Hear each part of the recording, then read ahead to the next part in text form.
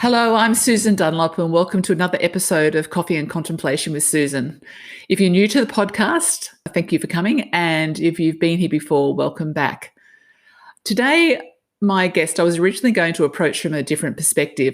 She's a writer or an author, and she also works with other people's content. And I was going to ask her, how does that work? Doing work on other people's written words, the good, the bad. How does she bring her gifts into play? Does she want to give up? I could imagine I would give up, and I could imagine I would swear a lot in my head if I was trying to work out what to say. So that was where I was going to go. But instead, I've decided to honour her as a woman herself, and I would like to actually find out more about her. So yes, as a writer, but also, what makes life good and bad, and, what is it she's now working on that's moving her forward at this stage of her life. So today's guest is Melinda Uys, a former high school teacher, and yes, she's a business owner now, a self-published author, and she creates beautifully sculpted written content for other people who throw manuscripts on her desk. I met Melinda through a referral when I needed my own book to go to the next stage of editing. In that, I actually then got to witness Melinda launching a shared project that she had called Women Inspired. It was a book that was being launched, a collaboration of 3 women in showcasing other women on the Sunshine Coast. Absolutely beautifully written, beautifully photographed, and just an absolutely amazing presentation. And there was a huge celebration that I got to go to. So that was my beginning of meeting Melinda. We've since edited the book together, and that's been an amazing journey as well. Can't believe what she's done in changing all my wording around to make sense. Today's just about her. So this is Melinda's story, and I'd like to welcome you, Melinda. Thank you for having me. And I sound so impressive. You put it all down like that. Like, that's not me. Who's she talking about? Who's she talking about? That sounds like a real go-getter. Yeah, I think you are. It's good to have this chat. We've been trying to do it for a while, but I know you work around young children and all your travels that you seem to do as well. So how about, as usual, we start just a little bit at the beginning of life, where you were, all that type of thing, and then we'll move a little bit through what you're working on and what's of importance to you. What would you change in the world? And always we end, with a mantra, all words, get you through tough times, and a favourite song. So is that okay? We'll go in that sort of path. That sounds cool. Great. So have you always been on the Sunshine Coast? Were you born and bred here? No, so I grew up in northern New South Wales in the hinterland of Byron Bay, and I lived on a farm with a very normal family and worked on the farm a lot. And yeah, my childhood was idyllic. I lived in Byron or around Byron at a time where it wasn't overrun with tourists, and you could get into town, and life was really beautiful. So now when I go back there, I'm like, it's the same. It's always going to be home, but it's not the same as when I was there, which I'm sure happens to a lot of people. But so I lived in northern New South Wales, went to uni in Brisbane, worked up here on the coast, and then back down on the Gold Coast. And yeah. Okay. My mum was a primary school teacher. My dad was a truck driver, and then they had a farm as well. I spent a lot of time picking and boxing up ladyfinger bananas or tomatoes or zucchinis, or yes, if you want a zucchini recipe, I've got it. The old fritters, here we go. That's it. What did you want to be when you grew up, and how did that turn out for you? I don't know. I don't think many people do know. I knew that the idea of living in a big city and being an office worker and wearing high heels and, pencil skirts, and that really appealed to me, and being on a train and riding to with a coffee or whatever. So I had the ideal of the lifestyle, but actually no real idea what I wanted to do. And I talk about this in Women Inspired as well, but I was always quite creative. I won a poetry competition when I was 9, and it was just like, I could do this. But it was like the Bangalow CWA poetry competition. I think probably only three kids entered, and they went, well, this one's got no spelling mistakes, so that'll do. The idea of becoming like either a librarian or a writer, I was always really interested in literature and history and things like that, which is what I went on to do at uni in a very nebulous arts degree. And then, yes, I was sat down and said, what are you going to do with this arts degree? And I said, I don't know, move to Sydney, to which, yes, it's not really. Anyway, so then I took up art education degree as well and sort of jammed that into the last 2 years of uni and became a high school teacher. So did you ever go to Sydney? No. Would you ever want to go to Sydney now? No, not now. And I it's that thing, you find the city's so exhilarating, but then it's also so nice to just see green space. And I've worked out is that I'm much better in a green or a blue space than I am in a city space. And I think where we live, we do, you come across people that can stay here or live here, and people can visit here or be in the city. But yeah, I'm the same. I came from Sydney and I just so appreciate this space, always coming home. Noosa is phenomenal. And like even just being able to, walk down to the beach or just go for my little walk through the beach paths and along the national park. And it's, and I do love being just surrounded by bush and nature. And it's a meditative, rejuvenating space. So given your early passion for writing, even if it was a poem with 3 people in the competition, has there been books across your life that have been life-changing to you? Is there anything particular that stands out to you? I'm going to go off-piste a little bit and talk about Jane Austen, who I was living in Bristol in the UK and living that city life on a train, going to work and back, and I read all of Jane Austen's books again, and the creativity that she had for witty, word pictures and conversations and characters and plot and all of that sort of stuff. I really enjoyed that, and that was really quite inspiring and something that I aspired to create in a lot of my own creative writing ever since then. So that was about 20 years ago. Recently, a book landed in my lap via a friend who was reading it, and she said, I picked this up off a Caravan Park book exchange, but I don't think it's for me. I think you'll probably get more out of it. And that was Elizabeth Gilbert's Big Magic. She's the author of Eat, Pray, Love, which I didn't like at all. I liked it from a travel perspective, and, she went to all these great things and a few different anecdotes, but, from the whole finding herself business, I found it quite narcissistic, I suppose. But the messages within Big Magic are, it did feel like the book was written for me, because it was all about basically finding that magical space where you are creative and where you find the best of yourself and being able to draw that out and then, producing whatever it is that you're producing. So she gives examples of people who dance or, or do mosaics. If it's cooking or it's whatever, and finding that passion, that creativity. And then she also talks from an author perspective about being able to create those things and then let them out into the world, and how that can be really difficult, which of course it is for me. And her whole thing was, once you've done it, you've done it. You can't control how people react to whatever thing it is that you have created.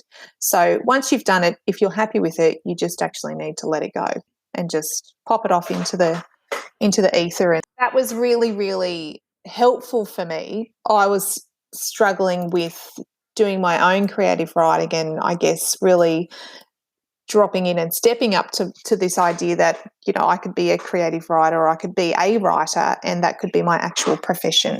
Wow.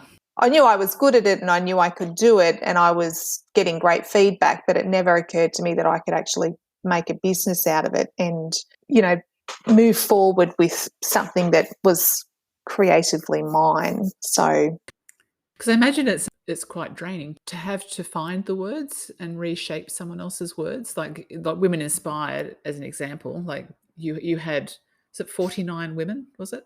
Yes. So yourself and 48 other women, you had to shape their story to fit into a page.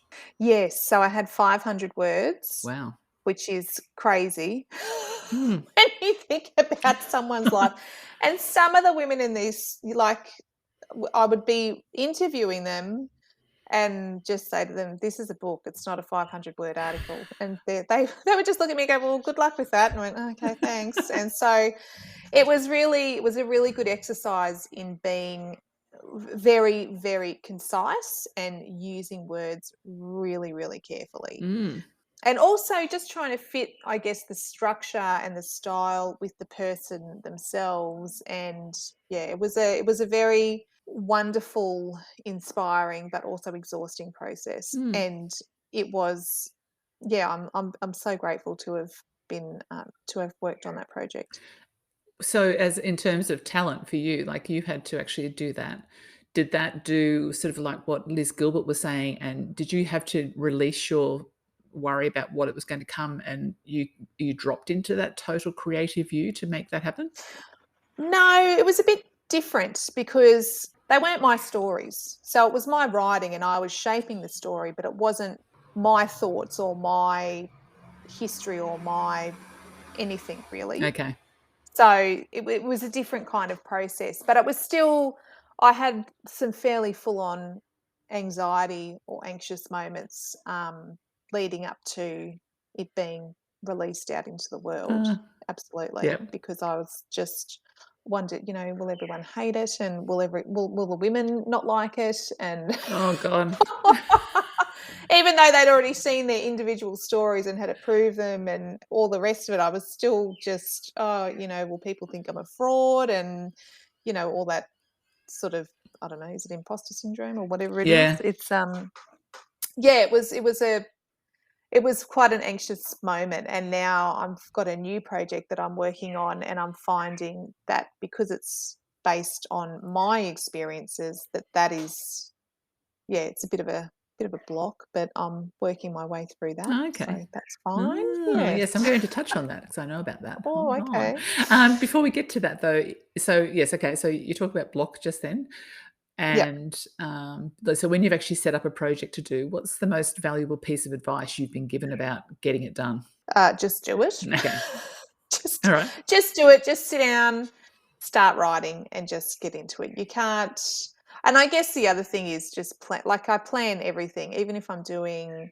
So I ghostwrite for high school principals, and I might do their newsletters, and sometimes they just give me a topic, and it might be uniform, and I've got to write 500 words on uniform. And Oh, even that, I have to structure out and think, well, how can I do this in a way that is both inspires parents to kind of go, hey, come on, do your uniform, but also, shows the principal in a good light, shows the school in a positive light.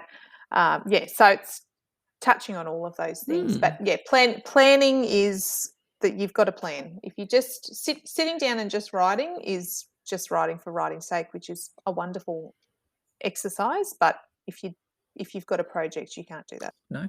Yeah. I mean, I've give all this advice and I still do it, where I'll sit down and I'll write a sentence, then I'll delete it, then I'll write another one, then I'll delete that, then I'll write another one Oh, and delete it, and then I think you're an idiot. Just sit down, write the structure, and your structure it only has to be like for just a topic or a word or something like that, but at least then you've got some flow and some direction, and then it's just better. yeah, Otherwise, yeah, yeah.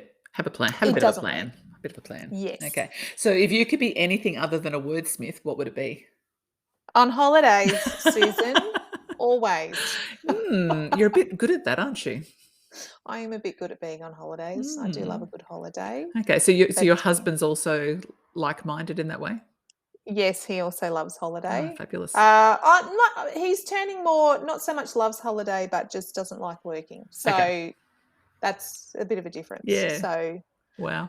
but yeah, So I yes. know you've been away this last weekend, but I heard along the way that you're a bit of a legend in terms of you risked taking 2 very small children with your husband on the road for an extended time. Do you wanna tell me a little bit about that? And maybe, Yeah. what was a good part about it? What was a bad part that you now don't cry about, but you laugh about? So my husband and I, when the kids were, we had an 18-month-old and a 4-year-old. She'd just turned 4. And we decided to rent our house out and buy a camper trailer and go around Australia for a year, Wow.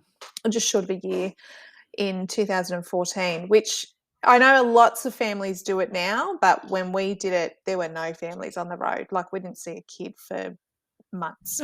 And it was only until we got to around, I think it was Western Australia, that we actually met another family about 4 months in, or 3 or 4 months into our trip. So we have a pop top camper trailer, and the top goes up and the beds come out, and we roll up to camping sites in the middle of nowhere, and everything would pop out, and then suddenly just this circus tent of ridiculousness would come out of the camper, and it'd be high chairs and Tonka trucks and prams, and it would take us so long to set up, and the kids would just be, they just became so feral. And we'd be sitting next to other people and they'd say, "What is wrong with you two?" And we'd kind of look at them and go, "What do you mean?" They said, "This is crazy. You have got so much work putting this, like, going around Australia with these kids." And at the time we just went, "Oh," I'm like, "Oh, it's okay. It's fine. It's actually great." And then we went on another trip in 2019, so 5 years later, where we went, just did a half lap. So I went up to the Northern Territory and over to WA, and the kids then were 7 and 9, I believe. Or was it 8 and 10? Oh, I don't know. They were much older. They could fend for themselves a little bit better. And we got about a month or two into this trip, and I looked at my husband. I just said, "What? We were crazy. What were we thinking? This is so much easier." We were absolutely nuts.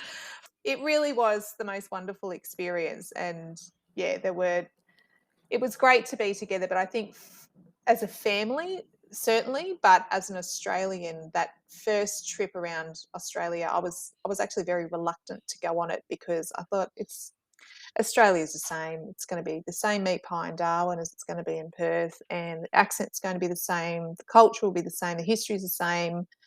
The only thing that's going to change is the caravan park we're going to be in, which I couldn't have been more wrong about.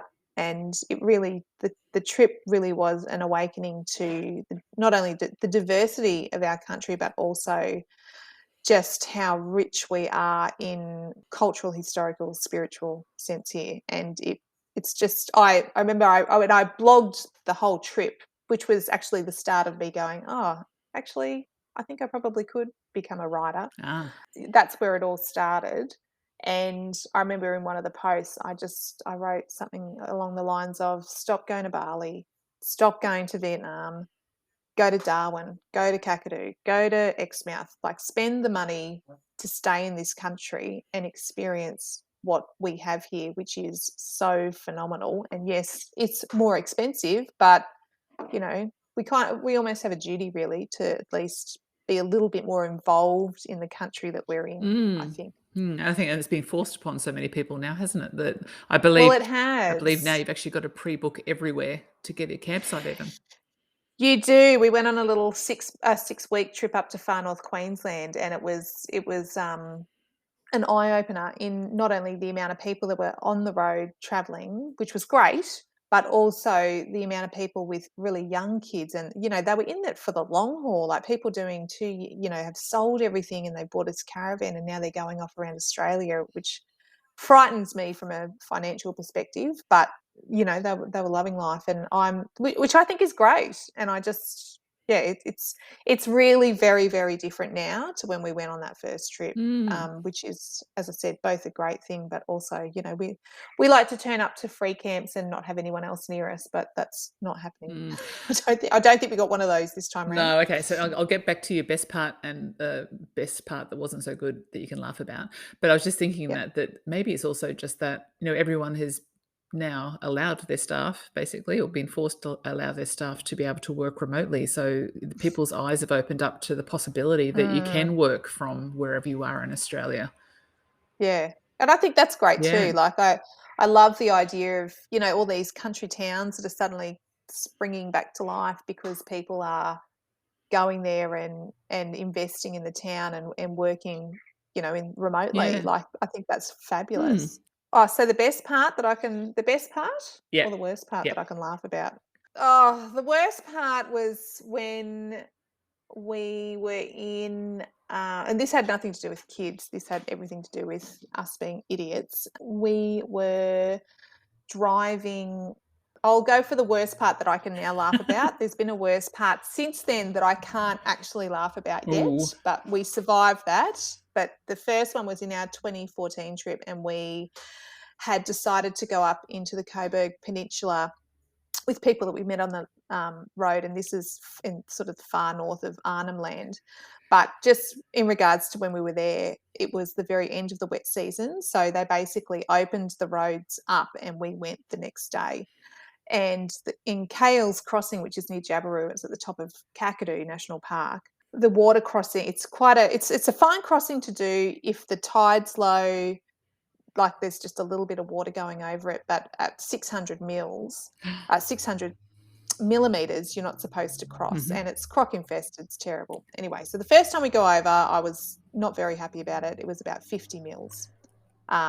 Or 40, 45 millimeters, 55. It's sort of coming up to almost the top of the tire. Okay. We got across. That was fine. The 250-kilometre trip up to the national park took about 8 or 9 hours. It was horrible. It was just, everything was so wet. We were driving through these huge muddy washouts. We didn't know what was in the washout, whether there were crocodiles. So that was horrible. Get up the top. We spend a week up there. That was great. We come back down. That 8 or 9 hour trip came down to about 5 hours, just because the roads had dried up properly and we were able to get through. But then we got to Kales Crossing and no one's coming across. You could see a big line of cars lined up on the other side. There were a couple of cars on our side. No one's moving. No one's going anywhere. My husband looks at the measuring stick and he goes, it's 60 millimeters. I'm going across. I'm like, no, we shouldn't go across. No one's going. Let's just, no, that's not a good idea. And he just put his foot down and off he went. And it was just one of the most frightening things we've ever done. And the tide was still coming out. Whether it had just turned, I don't know, but he had to actually turn the wheel into the current so that we stayed on the crossing.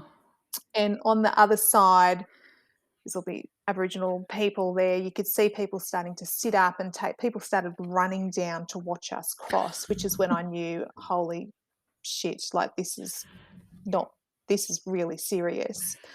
But we're here, but it was really one of those moments where I just couldn't laugh about it. It was so frightening. But of course my husband he thought he was, I don't know, King Kong or something. He was very, he thought he'd done this amazing job, whereas I just kind of thought this is where people become news reports. Like, yes, we were so lucky, and that was so stupid. But anyway, in that womanly, I'm gonna die. We're all gonna die. Well, it was, and I just looked at the kids and I thought, what am I going to do? Like, there's crocodiles everywhere. But anyway, so we did make it across, but it was just a really stupid. I believed it was a really stupid move, and yeah. Oh my God. Anyway, so it's like one of those yardsticks to be like, it's not as bad as that time as such and such, but yeah. So we've had another moment since then, but that's still in that was really bad. I can't laugh about it Still anymore. being mulled over that one. Okay. It is. Do you reckon though that any story about a holiday is actually that type of thing that actually is the stories about your holiday? Is that stuff that's the really crazy, how the hell did you think that was a good idea stuff? Yeah, of course. Like that's the gold. And like even things like we'd hitch up the car, like reversing the car and getting the camper trailer hitched up, and just, be aware that every time that we did it, that was coming off the back of anywhere between 45 minutes to an hour and a half to 2 hours worth of packing up.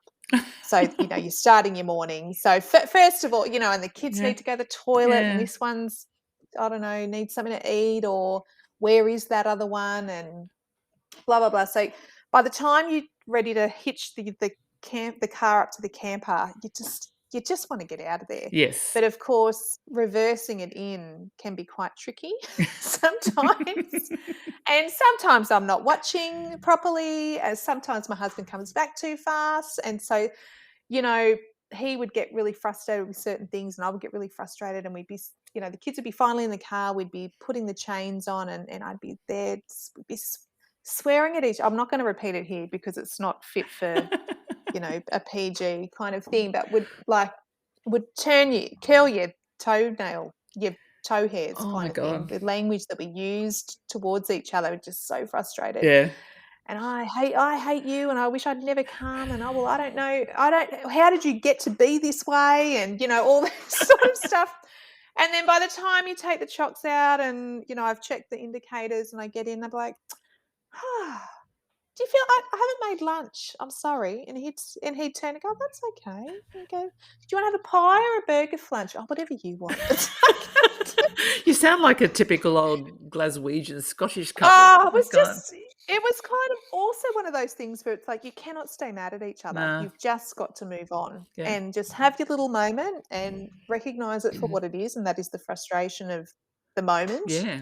And then just move on. So yeah, it was actually a really good thing for our relationship to have to go through all of that. But yeah, here we are. You've come on out the other side. You've come out the other side of the croc-infested waters, so that's all good. We have, Yes. and we survived, but also not.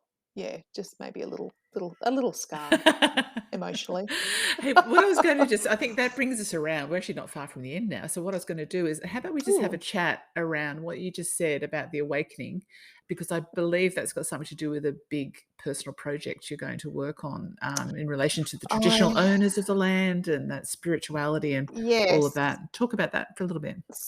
So one of the things that has slowly, I think, started on that trip, but I've certainly sort of leapt ahead with it since then. It gets a bit woo-woo, but I think there's certain areas in this country that are untouched by, I guess, are more untouched by white culture or colonialist culture, I suppose, and you have a greater understanding of the spiritual connection that traditional owners have with country.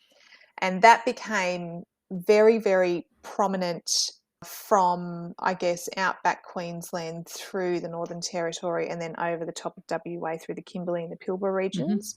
And that was really eye-opening for me. And it was a real, like, I've always lent to the left, but once we'd been there, like a few things like, we'd been to the Kimberley and we'd seen these incredible vistas and pristine places, and to Karajini National Park, which is sort of sits in the middle of iron ore country, and it is just the most spectacular place to visit. And then you travel a couple of 100 k's down the road and you're sitting at the open cut Tom Price, which has an open cut mine. And we'd done all these amazing natural national parks and, camping on the side of the road and just these beautiful, beautiful places. And then we did the Tom Price mine tour, where you get on a big bus and they take you up to the top of the mine so you can have a look at it, and all the trucks, and they let you know about, how they get the iron, how they get it all out and where they take it. And, that female truck drivers are better than the male ones, and blah, blah, blah, blah, blah. And we got to the top of this mine and we looked out over this huge pit, and they had literally moved them out, and it was just so sad. And and also disgusting. Like, I thought, I cannot believe that this has happened to this country. And like, I think back to Avatar, and I think, that's the movie Avatar, which is a really good metaphor for colonization. And the guy says, "Oh, you chuck a rock in the air and it'll land on some sacred site over here." He says that, and clearly shows how little knowledge he has. And I feel like a lot of people in Australia feel like that about traditional owners and their connection to land. And that was one of them. Like, I looked at this massive mine and just went, this is so horrible and awful. And I guess, yeah, and I think so, things like that, but also things like in some communities where alcohol is allowed, you can see the deterioration that has led to amongst Aboriginal people there. Yeah. And then in other senses where, there is a really strong community, like they're proud and that stand up for everything that's happening around them. And it was just a real eye opener for me, really. And I think if you go back to the Kakadu as well, like some of the art galleries that we went to on the walls there of the naturescapes, there's a couple of references to the British ships coming in, and when they first landed, and the lace gloves that white women used to wear. And it's like that little historical moment in time it's quite, it was just sad. I just felt really sad by the whole thing, and I thought, this is, the only way that I could fix this or hope to, what can I do? Mm.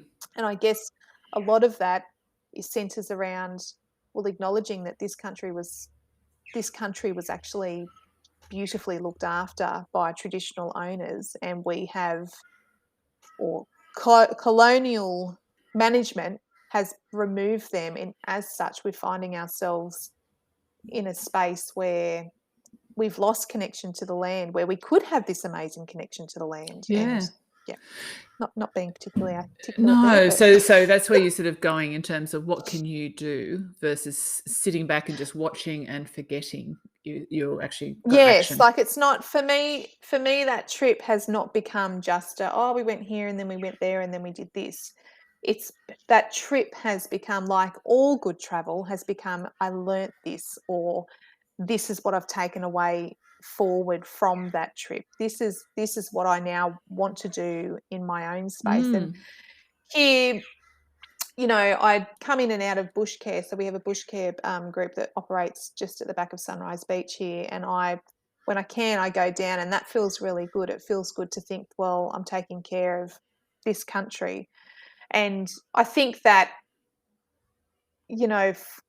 from a white woman's, I'm very educated, I'm extremely privileged in my lifestyle and my position, but I think we are all on country now, and you can't kind of say, if you identify yourself as Australian, you have to take some kind of custodial ownership of this land, and that means not acting or looking at it as, well, I own it, so therefore I can do what I want with it. It's more of, this country is important, and we need to look after it and respect it. Yeah.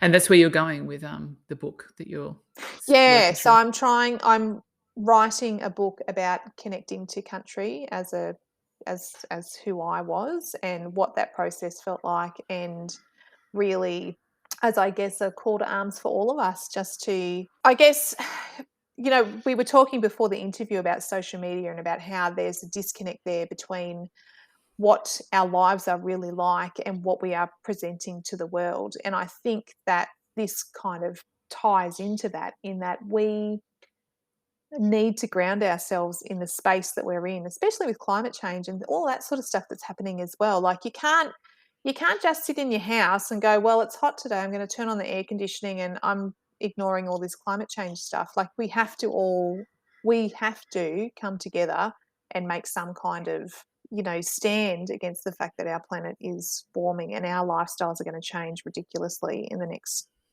couple of decades. I mean, my children's lifestyle is going to be vastly different to what, I'm living at the moment, if things aren't changed drastically. Exactly. And so this book is, the book that I'm writing is hopefully one more little brick in that. I don't know, is brick the right metaphor to use? Maybe one new planted tree in the forest of, regenerating our world. Oh, you just made me move into feather brick truck stories, but anyway. But yes, it could be a brick in that respect, as in, it's for people to actually read it rather than get to the truck and find out that we've gone too far. So maybe the book will actually help people stop going that next step.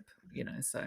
Yeah, I hope so. And I think as well, like, we do a lot of camping up at Tiwa on Noosa North Shore, and I see the way that people just totally disrespect that national park and that area, and that it makes me so angry. And I think, if you're entering these areas that are so special and so pristine, you actually have to respect that. And there's just this, I think there's a real element that don't see that. So I was talking to one of the rangers up there, and he said, he goes, I'm sure they act very normal in their day-to-day lives, but it's like they come across that ferry, get onto the beach and put a pumpkin on their head. It's like, just like, it's such a good sort of description.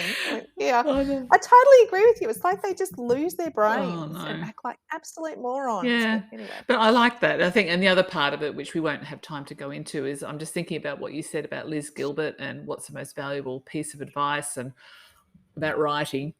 I can imagine in you pulling that together, you're going to go through lots of fears about what to actually write about. So maybe one other time when you get closer to the end, I'd love to have a chat with you about your journey through writing that book. It'd be really cool. Well, it's interesting. Like when I first started thinking about writing the book, I thought, oh, it'll be easy. I'll just take all the blog posts and I'll just put linking sentences and bingo bango, there will be my book. But no, it doesn't work like that. Apparently. Apparently. And I had sort of a bit of a plan, and then I started writing, and then I haven't scrapped everything that I've done, but I've gone back to the planning stage, and now my plan goes for, I don't know, it's like, I think I'm up to about the 10th page on the plan, Oh, as opposed to the one page that I had started with. But it's making things a lot easier. So there you go. When you're writing, planning, plan, yes, learning, plan, plan, learning, plan. learning, learning. So tell me, what is your All the time. favorite quote or a poem or a book that gets you by in hard times? The quote would be a friend of mine, and unfortunately, it's also a very recognizable slogan, and that is "Just do it." Oh, yes. A client had approached me to do something that I'd never done before, and I was like, "Oh, I don't know whether I should do it, and I don't know how to do it, and I know I probably could do it." And she said, "Oh God, this is so boring." She says, "You'll be fine. Just do it. You'll work it out." She goes, "You're a smart lady. You'll work it out. It'll be fine." And I went, "Oh, okay. And did it? You're right." Did it work? It did. It was fine. I mean, I had about half an hour to write out an invoice for it, but it's all learning. So it was Yeah. fine. But there's that, and I have with favorite music, I have rediscovered a love of soul train type Mm. music. So yes, Ah. that's where I'm Oh, at. that's good. It sounds a bit like our house, really, you know? Yeah, I love it. It's got it's that beat. It's like, oof, So you it know is. what? We are so at time, and I loved that Yay. talk about country and about your trip. So I think that was a really lovely piece to put in. I don't think I've actually had anyone on that's actually talked about doing something as amazing as that. So thank you for sharing that, and Oh, also just my thank you for pleasure. letting us weave our way along one path of your life picture today. So yeah, thanks for Oh, coming. thank you, Susan. It's so lovely to speak to Yeah. you. I love our chats. I know, I know. As I said, sorry, people listening, because we could actually talk forever as usual. So Yep. I will leave it there with Melinda now. And listeners, I hope today's messages sit with you. And if you're finding anything of what Melinda's been through, or thinking about resonates, or actions, or even books worth picking up, that's the point of having these stories shared. So I'm Susan Dunlop. This is my passion project. Having women share their stories for themselves and for the greater good. And outside of that, I'm a coach and trainer. That's my day job. The show is available to listen across 8 platforms. Episode 40 was the first I put on video. Melinda and I decided not to do that today because the connection was really bad. So the audio you might have heard was breaking up early on. So we ended up switching just to audio, and it was good enough as I think just listening. So thank you everyone for listening today, and thank you, Melinda. And until next time, take care.